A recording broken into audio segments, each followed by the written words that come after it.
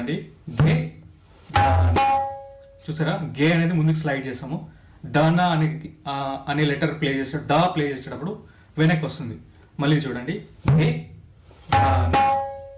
First line మళ్ళీ గే దా. So గే తర్వాత gap వస్తుంది, అది గుర్తుపెట్టుకోవాలి. గే.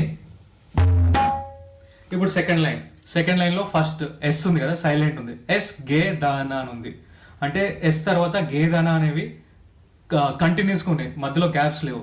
సో ఏ విధంగా ప్లే చేయాలంటే సెకండ్ లైన్ గే దానా. సెకండ్ లైన్ ప్లే చేస్తున్నాం. మళ్ళీ గే అనేది ఈ పాయింటర్తో ప్లే చేస్తున్నాం. గే దా నా.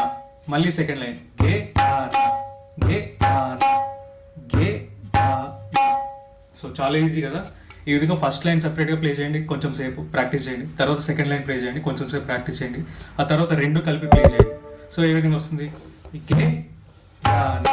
ఇది ఫస్ట్ లైన్ అయిపోయింది. ఇప్పుడు నెక్స్ట్ లైన్ కంటిన్యూషన్ కింద గే దానా. సో ఈ విధంగా ఒక లూప్ అయింది కదా. సో ఇప్పుడు మళ్ళీ కంటిన్యూస్గా ప్లే చేద్దాం. గే దానా, గే దానా, గే దానా, గే దానా, గే. సో ఫస్ట్ లైన్లో గే దానా ప్లే చేసినప్పుడు గే నా ప్లే చేసినప్పుడు మాత్రం లెఫ్ట్ హ్యాండ్ ఫ్లాట్ని కూడా యూజ్ చేస్తున్నాం.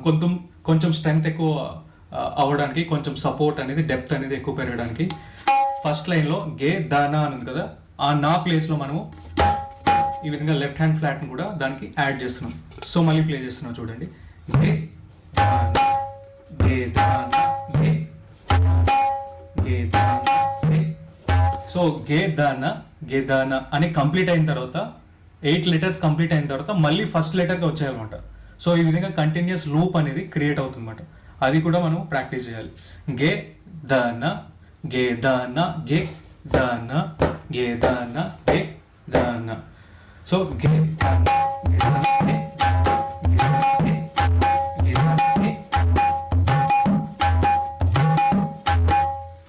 సో ఇది చాలా ఇంపార్టెంట్. ఇది మీకు అలవాటు అవుతే, ఇది ప్లే చేయడం మీకు వస్తే, మీరు క్రిస్టియన్ సాంగ్స్లో చాలా సాంగ్స్ వరకు ఇది మేనేజ్ చేయొచ్చు. ఇంకా వేరేవి ఏం రాకపోయినా ఇదొక్కటే ప్లెయిన్గా ప్లే చేసినా సరే చాలా సాంగ్స్కి మనము పాటకి కలపచ్చు. సో ఇది ఎక్కువ ప్రాక్టీస్ చేయండి. సో మనం ఫస్ట్ స్టార్ట్ చేసాం తిట్టితా తిరిగిడతా